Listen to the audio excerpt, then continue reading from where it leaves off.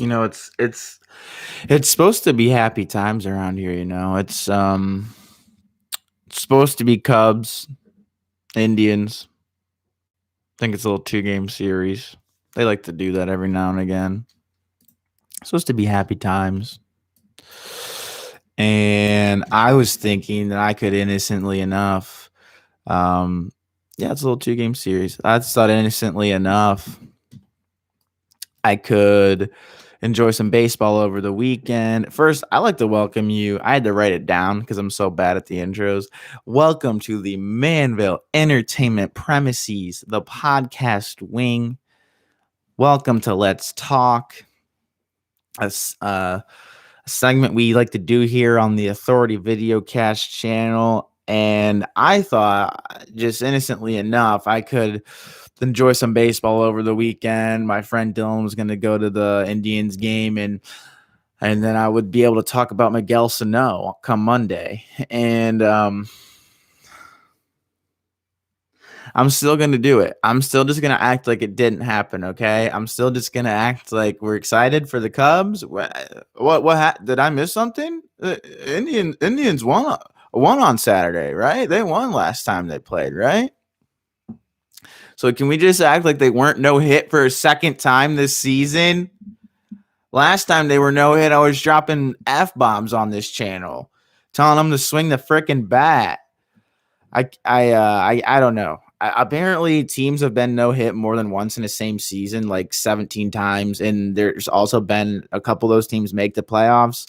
We'll see. The fact that they came out and won the next day, okay, that's the least you could do. I think if they went on a 5, 6, 7 game win streak, only then would I like, and I'm not even kidding, like a 5 or 6, maybe even a 7 game win streak, only then would I start to feel even a little bit better about the fact that they were no hit on Friday. And every loss, and like I said, they're 1-0 since the no hitter. The first loss that I'm gonna lose it. I'm going to start to lose it with this team.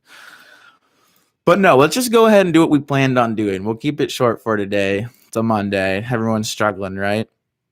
Since being an all-star. Now, I brought this up. Where's my grabber thingy? When I brought this up in my Byron Buxton video, I thought that, if the Twins are going to be anything in the years to come, it's going to be most, if not all, to do with Byron Buxton. Well, there was a time where he was part of a collection of young prospects the Minnesota Twins had. Most notably, if you weren't talking about Byron Buxton, you were definitely talking about Miguel Sano.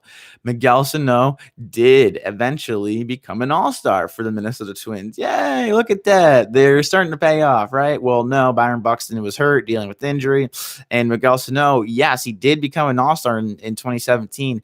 Since his all-star season in 2017, you guys are not going to believe these numbers. Since his all-star season in 2017, so from 2018 to current day, the start of the 2018 season to current day, Miguel Sano is batting .216 with a .310 on-base percentage. Now, .310 for Miguel Sano would be good as a batting average. As an on-base percentage, have you guys seen? Obviously, you have. Have you guys seen Home Alone in a while? When's the last time you saw Home Alone? All I can think about when I look at these numbers for Miguel Sano is I just think, Buzz, your girlfriend, woof, like that. I just woof at the idea of these Miguel Sano numbers. Holy crap! He's drawn just over 100 walks since 2018. He has struck out almost 400 times. That is just terrible. He's driven in 150 runs since 2018. Again, Miguel Sano, like if we're talking like, breakout, like superstar, like the best you could ever ask. Obviously, like 150 RBI would be damn near historic, but that isn't out of like the realm of possibility for like a guy like him. And he's got 150 since 2018, let alone in a season. His best season since he was an all-star would have come in 2019 when he batted 247 with 34 home runs and 79 RBIs.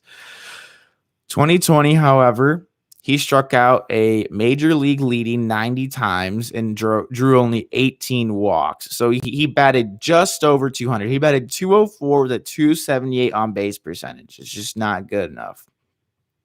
And now he is batting right here, right now, as we stand in 2021. Miguel Sano is batting 129 with a 299 on base percentage.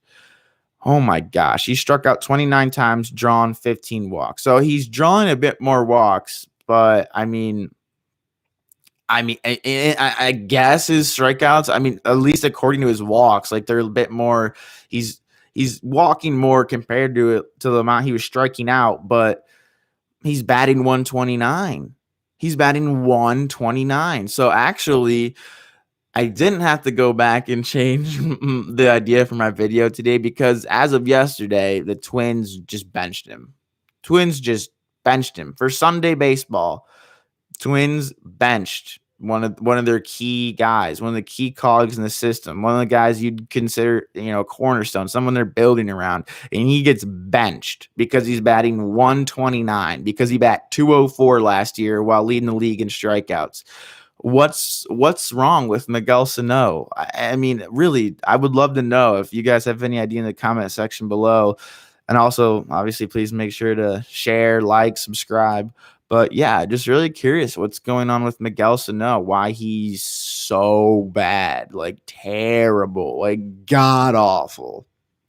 And I don't know. We saw what happened with Albert Pujols, right? Maybe before we go any further, he's not old. Well, let's see how old Miguel Sano is. I know he's not old.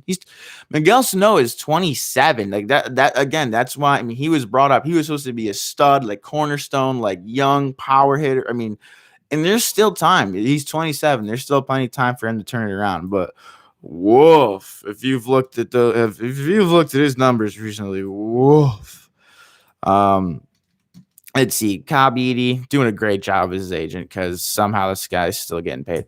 All right. So Miguel Sano comes off the books and is an unrestricted free agent at his age 31 season, which is important to remember because Albert Pujols signed his 10-year deal in his age 31 season. So having just seen that whole thing play out, even if Miguel Sano ends up turning it around and tearing the cover off the ball, he's only going to be eligible. You'd expect he'd only be eligible for so much of a payday, given what we've seen these aging big-time sluggers do once they're signed. And I've been hearing a bunch of stuff from MLB Network recently about how you want to, and I've thought this too, and I've wondered why it can't get done this way. You want to pay guys for their actual peak performance. You don't want to be paying them for past performance. Like that's what was happening with Albert Pujols. And Albert Pujols, I wasn't mistaken. Albert Pujols' contract, like it naturally escalated to the point where no matter what,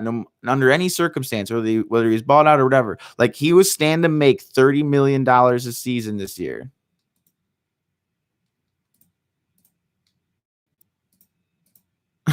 What? I don't even know what just happened to my computer. But anyway, yeah, Albert Pujols stood to make $30 million this year. And for what? For stuff he did 10 years ago?